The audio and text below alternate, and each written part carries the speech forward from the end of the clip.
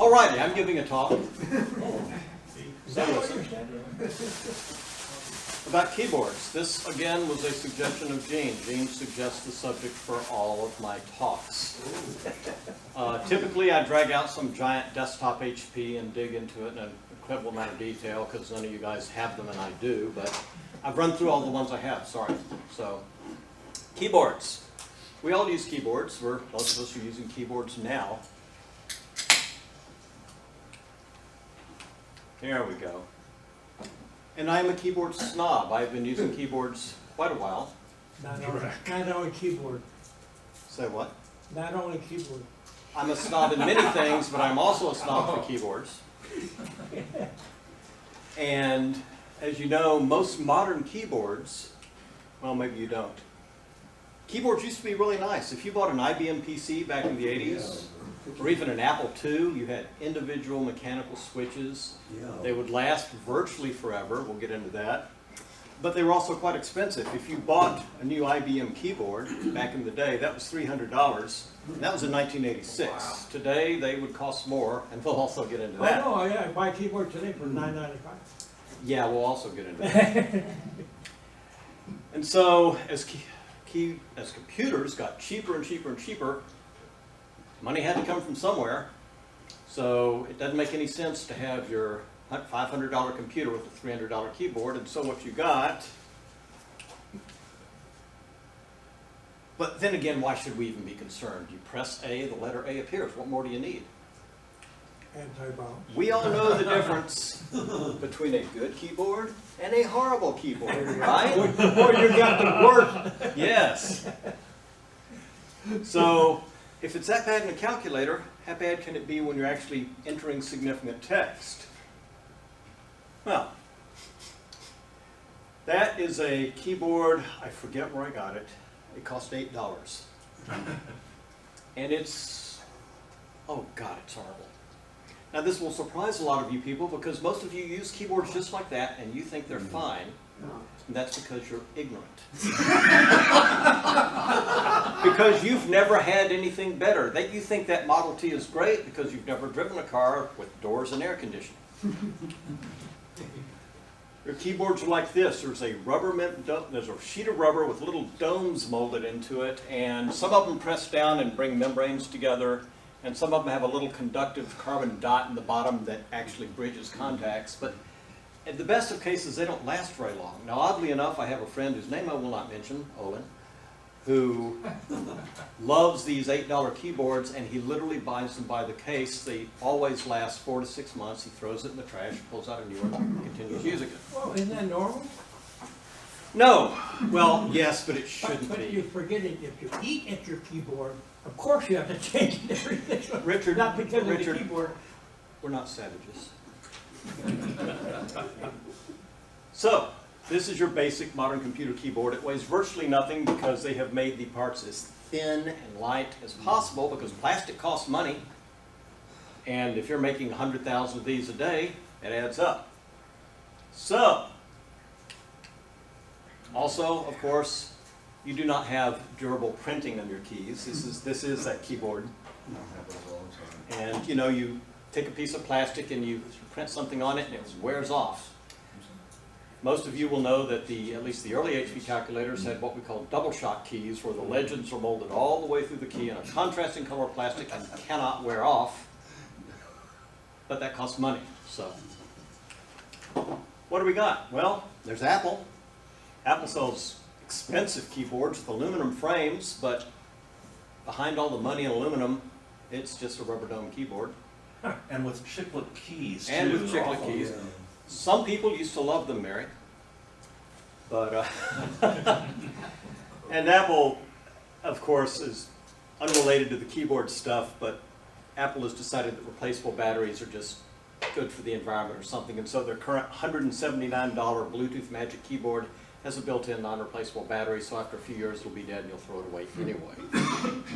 So, in the early 80s, the German company Cherry came up with the idea of a modular mechanical switch. Now, this wasn't the first time it had been done, but they managed to come up with a design that was fairly inexpensive to produce and still high quality.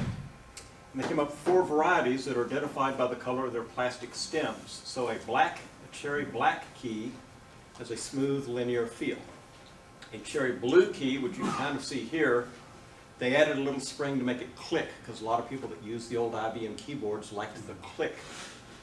The red key is a linear, but it has a lighter spring than the black key, and the brown key had a tactile bump, but no click. Now, by way of illustration, I have a very large Cherry MX Blue key here, which I will be happy to pass around, so you may click it. Where'd you get that? I couldn't tell that. I know some guy, I've heard of a guy that actually built a keyboard with those. Because it does work, it's a working key switch. And, It's a demo keyboard. Question, yes, how do they control the friction in there? Is there some special material of low friction, I guess. or Now- is the button somehow constrained by a flex or to not touch the Well, side? I'll tell you what, It's a rubber dome, isn't it? it is not a rubber dome. Plastic dome. No, it's not a plastic dome. It's springs. There is a keyboard modding community, and some people, the switches are modular and snap together, so you can take them apart. Some people take them apart and lubricate them, but I find them quite smooth. Now, Cherry's, you can adjust the weight of the spring, how far the key travels, whether or not it has a click or a tactile bump. And the great thing is, Cherry's patents ran out a while back, and so there are now a zillion Korean companies making Cherry MX clone switches. Here is an aluminum plate with 72 different varieties of this switch. Different. They're all different. Some of them click, some of them don't, some of them smooth, some of them have LEDs, but they do not work. So I will pass this around, and you guys can feel all the different tactile experiences you can have. Now, admittedly, you might say this feels just the same as that other key, but that's because you don't have refined taste like I do. You've been using rubber dome keyboards. What the hell do you know? All right. So, that said, you can make some pretty nice keys, and starting probably about 10 years ago, a lot of companies, Corsair, whatever, started making these very nice keyboards using Cherry MX or MX type switches. One of these keyboards is on the prize table over here. It's got LEDs and lights up beautifully when you plug it into USB. It has clicky Cherry MX Blue switches. And by the way, since the key stem is constant, it's a cross-shaped piece of plastic, there are also a zillion companies making keycaps. So if you don't like the keys your keyboard came with, you can buy sets of keycaps from everywhere and put them on. So this is a good example of a high-quality consumer board using individual mechanical switches. And, you know, depending on what you get, they'll go for under $100 to over $200. This one I think is about I don't know, I got it to review like 3 years ago. I used it for a month, put it back in the closet, and I'm bringing it here. I got lots of keyboards. Is that wireless? No, it is not. Wireless keyboards is bad. Don't use wireless keyboards. They're like rubber domes. Oh,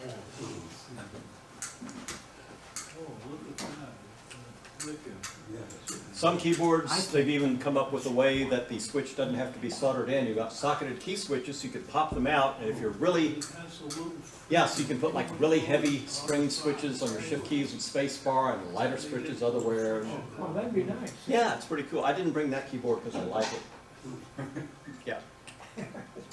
And, you know, these days, all the kids love their programmable LEDs. So.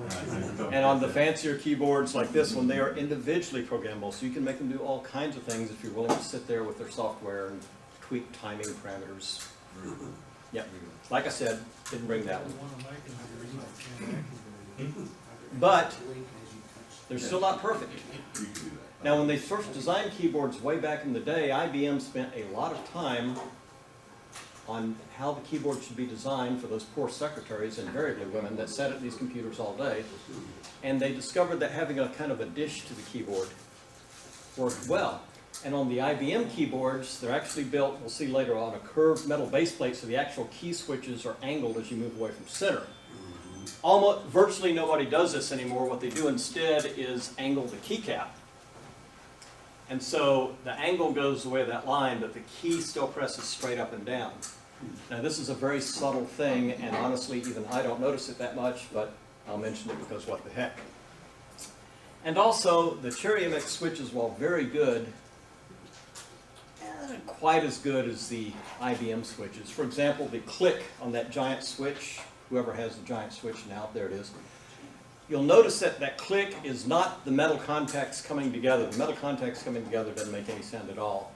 But people wanted the click, and so on the clicky switches, there's a separate little spring and a little extension on the plastic plunger, and that clicks that spring as it going down. It's an artifact. Well, it's not an artifact, it's a, what's the word I'm looking for? Sound effect. It's a sound effect, yes. And so the click doesn't necessarily correspond to when the contacts hit. Does it make the contact more positive though? No. Now, question Yes. is the ultimate interface to the computer always contact closure, or are there sometimes other kinds of There are, and I will mention that. interfaces like Hall effect Yes. or load Yes. cells or Yep, whatever? yep, yep. We'll get into that too. Capacitive maybe? I said we'll get into that. In fact, we have a capacitive keyboard here to demo, but MX switches aren't the only game in town. Alps, the people that made the original Apple keyboards, still make switches, and if you search online for Alps keyboard, yes? What's MX stand for? I don't know. Just to, it's like, Yep. somebody had used the name and then became. That's how Cherry marks them, I don't know. It's just the model designation. Yeah, from model Cherry. designation. Something in German. A company called Toper has an electrostatic capacitive key switch that is a very strange combination of rubber dome with a spring inside the rubber dome. But when you push it down, the spring does something capacitive. It's not metal contacts. I really don't know how it works. They have a unique feel. I have one Toper keyboard, which I also did not bring because I like it. Recently, optical switches have become a thing. These are plug-in replacements for Cherry. They look like a Cherry switch, but they've got an LED and a phototransistor inside them, and when you press the key down, you're interrupting a little beam of light. And the idea here is that, hey, they're contactless, they'll last forever. Yeah, but the Cherries are rated for like 50 million keystrokes, and realistically, you're never going to wear them out, but 50 million? yes, 50 million. And then you ask about Hall effect switches. Yes, you can buy Hall effect computer keyboards, and that's cool because you don't even have to, there's no electrical connection between the key switch and the circuitry in the motherboard because, you know, Hall effect, you're waving a magnet through a magnetic field or something.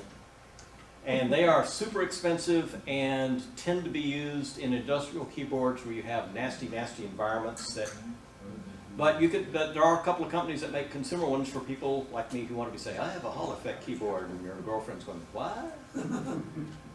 But these are all still pale reflections of the glory that was amber. Oh wait, that's a really obscure reference. Barry gets it though. You don't? Nine Princes and Amber? All the worlds will reflect? Never mind. Okay. I've been passing this around to show that since Cherry's patents ran out, there are a zillion Korean companies making, as far as anyone can tell, equivalent quality switches cheaper. And I'm passing around this giant 72 key thing with, you know, Cherry, Kale, Gatoron, Zalus, Ali, you know, I can't pronounce it. They're trying to make names that are good for Westerners to pronounce, but whatever. You can buy this keycap thingy on Amazon for $100. It's a great fidget toy. So basically, right now, if you're a keyboard hobbyist, if you stay with the Cherry MX, you've got a whole ecosystem. You have literally hundreds of different types of switches. There are dozens of companies making keycaps. There are companies selling so-called bare-bone kits where you get a PCB and a case, and then you put it all together and put whatever switches and stuff you want in it. There's the XWatsit programmable keyboard controller, so you can remap the keyboard and make it anything you want. Life is good, but these are still not as good as they could be.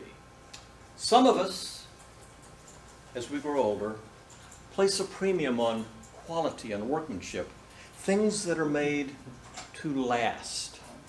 And we're all familiar with this. The original classic series of calculators were very well made, put together with screws, double-shot keys, gold-plated everything inside. If you don't do something stupid like put them away with the batteries in them, Richard, they'll last pretty much forever, Richard.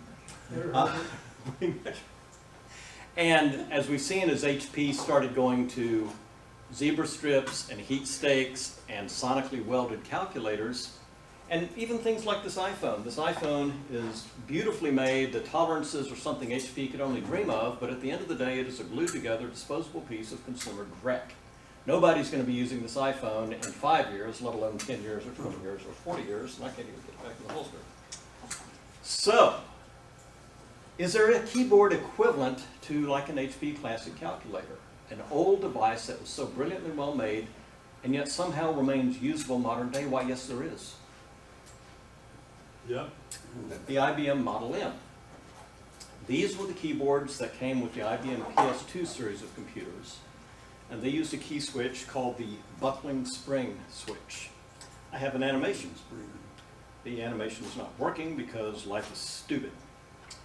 Basically what happens is you depress the key switch, this thin coil spring will start to bend, and then at one point it will just buckle catastrophically, and that will tilt this plastic thing here, whap. And that will whack down, and on an IBM it's actually a membrane keyboard internally, so it presses two very thin sheets of mylar together. Now, this key switch will last pretty much forever. It's extremely well made. The click is, the snap sound is made by this plastic thing happening down, so when you hear the snap, that's the contact being made. So, there are two things. There's the feel of the switch. As you feel that spring break, as you press the key down, it's an extremely satisfying feel. And then you'll realize that these Cherry MX switches, while good, aren't this good. They are an attempt to make a much, much, much cheaper version of this key switch. And they're just not quite as good. They were invented by Richard Hunter Harris, and he got a patent for them in '78 for the buckling spring torsional snap actuator. He also invented the predecessor to these called the beam spring keyboard, about which we will have a enticing little bit of information later.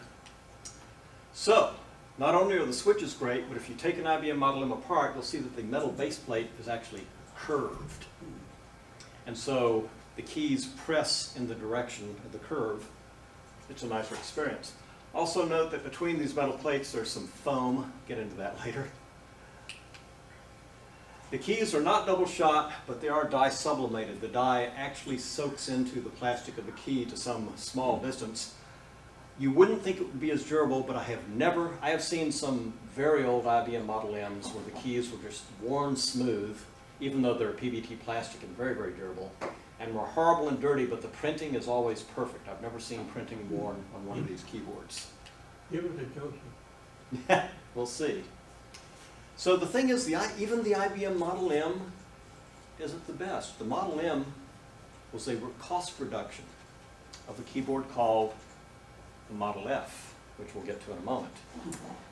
But in the 90s, as IBM discovered, boy, these keyboards are getting expensive, we don't want to make them anymore, they spun off their manufacturing to a separate company called Lexmark, and they signed a 5-year deal that said, we'll buy all the Model M keyboards you can produce, and that's what you got with your PS2. When that contract expired, Lexmark said, we don't want to make these anymore, nobody's going to buy them. So, a bunch of Lexmark, some of the assets were sold back to IBM, some of them were sold to a company called Maxi Switch, which made some HP keyboards. Some old HP desk calculators have Maxi Switch keys in them. However, some Lexmark companies got together and formed Unicomp, and they bought all the tooling used to make the buckling spring switch. Lexcomp is still making brand new model IBM keyboards today. And this is a brand new IBM Model M keyboard, which I will pass around for people to play with. That's on the prize table. Now, for a while, Lexmark or Unicomp had a little bit of a reputation problem because, as I mentioned, they bought IBM's original tooling, which was already 20 years old at that point. And as the tooling wore, the quality of the switches declined a little bit. The printing wasn't as sharp. The switches didn't snap as nicely.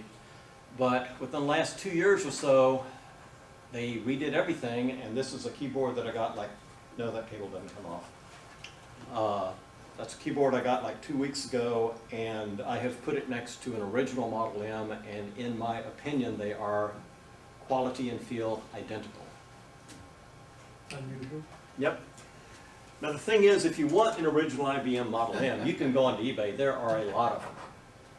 They won't work with your modern computer, because, well, some of you, I don't know, this is a pretty elderly crowd. A lot of you probably still have computers with PS2 ports. Those will plug right in. If you do have a computer less than 10 years old, it won't have a PS2 port, you'll need that adapter, which is now getting impossible to find. A regular PS2 to USB adapter will not work. It has to be that adapter. I don't know the details of why. I guess there's something active in there. But the point is, with Unicomp making keyboards just as good that are native USB and brand new, unless you just like the cachet of saying, I have an IBM Model M, might as well get that. Now, if you do want an IBM Model M, there's a company called clickykeyboards.com that buys these old Model M's, refurbishes them, cleans them up, guarantees them to work. You still need to find the adapter. That's probably the best way to go if you want a real IBM keyboard, but it is a lot of money. $225 is your starting price, whereas you can buy a brand new Model M from Unicomp for half that.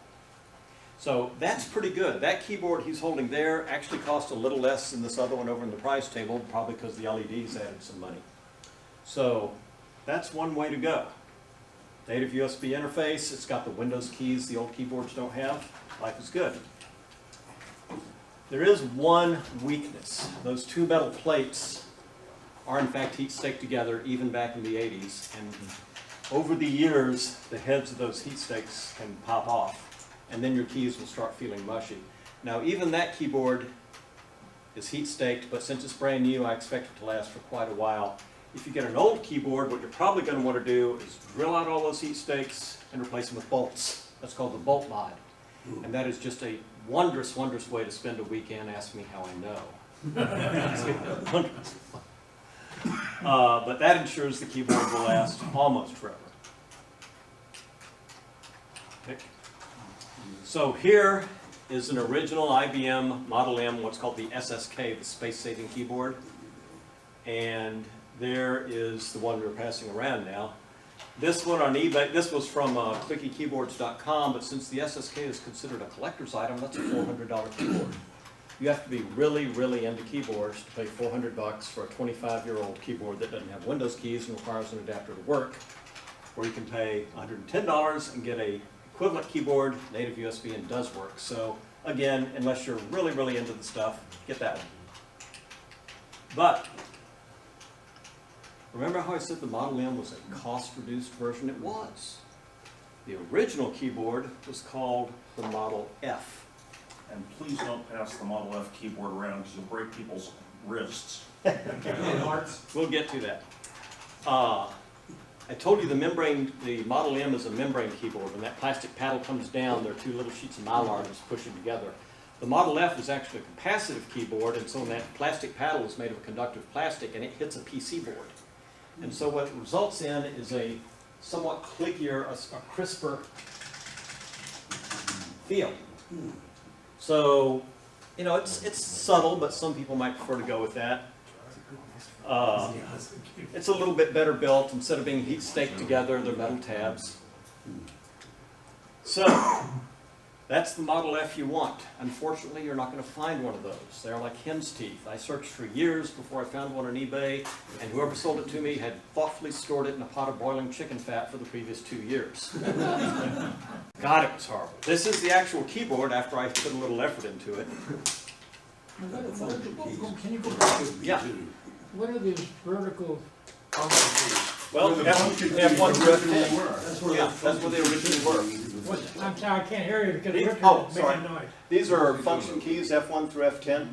No, but what's that, what's that? Oh, this? No, don't put your finger down. Is that, no. It's, Richard, it's like this, you Oh. just see the shadow. Oh, yeah, the keyboard is okay, big. yeah, all right. If only we had a physical keyboard with that feature that we could show you. Everybody remembers the Lotus 1, 2, 3, It's very heavy. Holy crap, that's Okay, if you find one of these, grab it. Be careful, it has a solid neutronium base plate and is liable, if you put it near anything real heavy, is likely to undergo gravitational collapse and go back. If anyone wonders, the keyboard Richard has weighs a little over 10 pounds. You don't want to pass this around, do you? People would probably be better if they came Yeah, up. yeah. All right. By the way, David, the Yes. F2 key in the top left corner was to edit a cell in Oh, Lotus man. 123. Thank you. Take They this can on pass it here. around anyway. Sells, does it? Anyway, you won't find this one. They're just impossible to find. What you'll find most likely is this one that came with the IBM PCXT. This will work, but it has some very strange key layouts by modern standards, like that extra key between left shift and Z, and weird little keys, hither and yon. Those are because the foreign keyboards needed to have keys that were essential there. In any case, they're certainly usable, but your typing reflexes will be thrown off. Especially At least it's steady when you're. This model is a little more common, Yeah. but it will collapse your desk.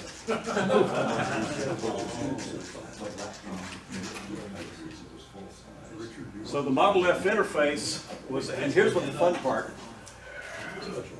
The Model F interface was a DIN 5 connector, and that doesn't plug into anything these days. They make DIN to PS2. They make DIN to PS2, but it has to be an active converter because the protocols are totally different. You can't But just, it's a dumb cable. It's cheap. are you sure it's a Yeah, I dumb have cable? it. It only works with keyboards that know about those, which not all of them do. During the transition period, the I keyboards have know Model M protocols. that's plugged into my PS2 port that I use every day. Really? Well, The Model M that I have is the DIN 5. you have a really old Model M then? Yeah, it is. Yeah, okay, yeah, most Model M's are mini DINs. Yep. Anyway, I dare, the Model M and Model F DIN 5s are still different protocols. There is an active cable you can get for this little puppy called Soar's Converter, and it's a DIN 5 to USB connector with a microcontroller in it, and they're about $40. Have you played with that Yeah. Source? It works fine. Does it do everything they claim? Yeah, Yeah. you could have a little utility you can remap the keys with, it's great. Mac But Pros? again, it's about $40. So in addition to, even a really horrible Model F on eBay will cost you hundreds of dollars. And then when you get it, it's going to look like that. The foam between the boards will have degraded. Turn the power. Yep. And so you will need to make new foam. I mean, now you can actually buy it, but I went down to a hobby store, bought some blue foam. I found a template online. I printed it. I bought a set of hole punches, and I made new foam to put in between the boards. That was after I cleaned the mystery liquid off. That's the capacitive PCB that the paddles actually hit. When you click a key, it's that. And that's responsible for the slightly crisper feel. So the point is not that it's hard, it's tedious, but if you buy an old Model M, you're going to have to completely tear it apart, wash it, clean it, probably punch new foam. If only somebody made brand new Model F keyboards. They do. You're passing it. Oh, there it is. This guy started this project 4 years ago. I paid for it 4 years ago, and I got it about 3 months ago. This one here, That one there. that's gotta be a steel frame. right? It's a zinc frame. A what? Zinc. Zinc. ZI. It's a low temperature metal. It's easy to mold. Anyway, this guy, Oh. if you're looking for a model F77, which is a reasonable compromise between number of keys and size, that's one I found on eBay. New in box. No. Or you could buy one of these. Ta-da, which is the keyboard over here. I have, as you know, restored my own Model F, and this, like the Unicomp, is, in my opinion, indistinguishable in quality, except it's modern. It has the extra keys for Windows and such, and it has a native USB interface courtesy of the built-in X-Watson controller. Now, how many keys is on that keyboard? That's a standard, it's kind of a standard layout there? That's, you can get a couple of different layouts when you order them. The only problem with this keyboard, There's no F keys. there are no F keys. You can actually, I overloaded nublock to be function, and so I do function 1 through 0 to get function 1 through 10. So, yes, there are no F keys. And does anybody know what that ridge on top of the keyboard's for? Pencils. God, I forget the crowd I'm talking to here. Yes, that's what it's for. And if your keyboard doesn't have that ridge, I mean, how serious about this stuff are you? That's for M&M's. Yep. It's the Windows key. There we go. It's a cutter for your coffee. And like the Model M, we have a curved metal base plate. And the base plates are secured with metal tabs rather than plastic heat stakes. Why wouldn't the curved base plate Mhm. be put with spacers so you end up with a flat base plate to mount it? I mean, aren't they both curved? Everything is curved here, but the metal thing is molded inside curve to hold it. It only comes together, it's just 4 screws holding it together. It's a flat bottom. Yeah, here's what it looks like inside. So, and the keycaps are die-sub PBT, just like the original. There we go. And you can order spare parts. You can order spare key switches, spare foam, spare keycaps. Comes with little cork feet, just like the original. Yeah, I noticed the speed. Yep. And we've got one over here at the premium price table, so anyone who really appreciates keyboard and is not afraid of injuring themselves by dropping it on their foot, go for it. But it'd be very stable on your table. I It mean. would be very stable on your table. The table was last. So, the 2 best keyboards made, the Model F and Model M. You can find old ones, but you can also buy brand new ones. This is somewhat analogous to Swiss Micros making brand new HP calculators, and the ones they make are, would it be fair to say that the Swiss Micros are as good as some of the best No, absolutely HP? not. Close. You just asked a religious question, Yeah. so. Yeah, Okay. the keyboards are still, it's a keyboard issue. Not, everything else is great, but it's a keyboard issue. That's right, the keyboards aren't quite there, but these keyboards, in my opinion, are there, and the only reason I didn't bring a real Model M and a real Model F so you could compare them is I didn't want to. It's a lot of extra effort. So I bought a lot. Have you found a Model M feel that's cordless, wireless? No. Have you figured out why all the high-end keyboards are not cordless? Yes. Cordless is dumb. Cordless is unreliable. Cordless requires a giant battery. No, like all the Logitech keyboards work fine, but they feel like crap. Yes. Because they're cordless. No. I've only got one high-end mechanical switch keyboard that's cordless. It's made by a company called Azio, and it was a silly keyboard made to look like a really, really old typewriter with brass keys and a leather background. Steampunk kind of look. Yeah, steampunk, and it's like the Datamancer keyboards, if you've seen those. And it works fine, but the battery to keep all the keys backlit and running is huge. It weighs probably about 5 pounds. But I don't know. I think I don't know how much power it would take to run the X-Watts controller and a true capacitive keyboard. I suspect that most of the people that want keyboards like this just don't care about wireless. But I guess. if only we had somebody here with some hardware design experience that could actually, knock something like that together. A lot of them, I think, are gamers who like the mechanical ones. Mhm. They can't stand the delay from the wireless. Oh, the latency? I think Logitech's actually pretty much conquered that, haven't they? I haven't gamed on a while, so I don't know. And I don't care what some 18, personally, I don't care what kind of keyboard some 18-year-old would crack Once once. you, just like mice, once you start with a wireless keyboard, you cut the wires. It can also be Well, the the wires risk, are very irritating. Dave, it could be the risk of latency. You may Ah. not have it all the time or very often, but boy, you push that button, you want that thing dead. Well, Model M's and Model F's aren't really gaming keyboards anyway, in my opinion. One thing I should mention is that the Model M, by virtue of being a membrane keyboard, only has 2-key rollover, whereas the Model F has N-key rollover. So if you're one of those super fast typists, that might be something. So if you're interested in high-quality keyboards, your best thing today is to buy new as opposed to buying used, because the new, in the case of the Model M, will be cheaper than the used, and the Model F will be about the same as the used, but it will be brand new and come with a warranty. Yes? Is it safe to say that you collect keyboards? I have so many keyboards. I used to buy them for myself, but for a few years I was doing hardware reviews for a website, and for the last year, pretty much all they did was keyboards, and so every time I went out in the morning to get the paper, there's a box with a keyboard in it, like that one.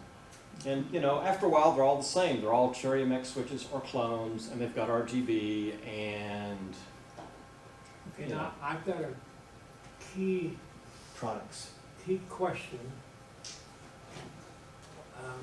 Have you heard the term bifurcated? Yes. Huh? Yeah, not in regards to keyboards, but yes. Yeah. A mechanical key actuating mechanism Called by, or bifurcated, yeah. no, I never have. Yeah, okay. Because I worked for a company that made keyboards, and it was very interesting. They, after they designed the key, the mechanical key, because they made other switches, they made what's called a micro switch, you know, Yes. a small little, they made those, and they were gonna sell the keyboard, the keyboard to a German company. And they went over to Germany, and they showed the keyboard, and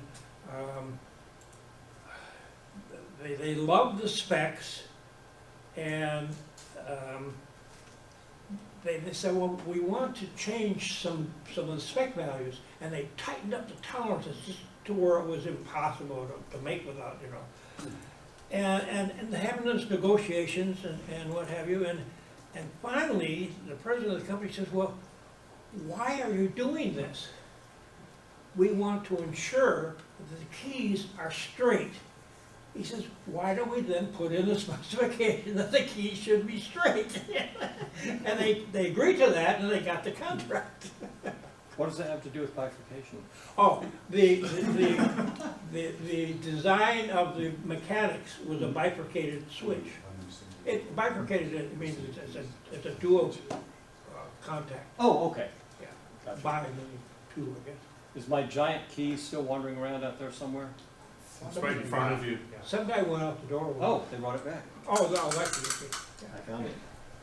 Okay, these are not actually prizes, I'm keeping these. You don't get them. Where did you get that money? No.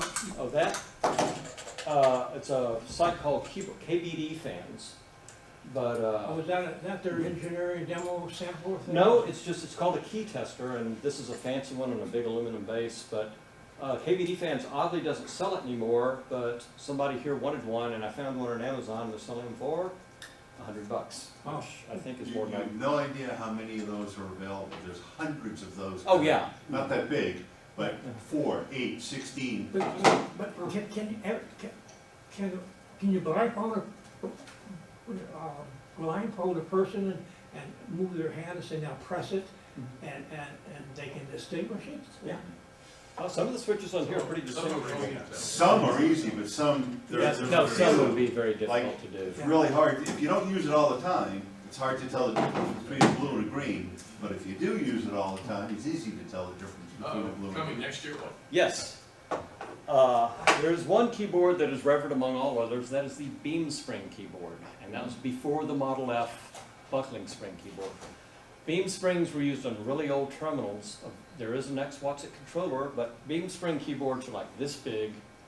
Their key layout, aside from the alpha portion, is like nothing anybody would ever use, but they have their own unique feel. I've never used one, I don't know what they feel like, but people say they're like, God comes down and takes your finger and presses each key. So, the guy that reproduced the Model Fs has also reproduced the beam spring, although they are not available yet. He says they will cost about $600 a pop. Holy crap. How many are you getting? Just one.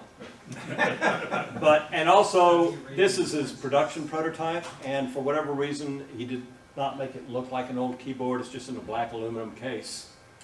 And we'll see how great those are. With a little luck, I will have one next year. Like I said, I ordered this one 4 years ago, and it got in about 3 months ago. That's so- from the same guy, right?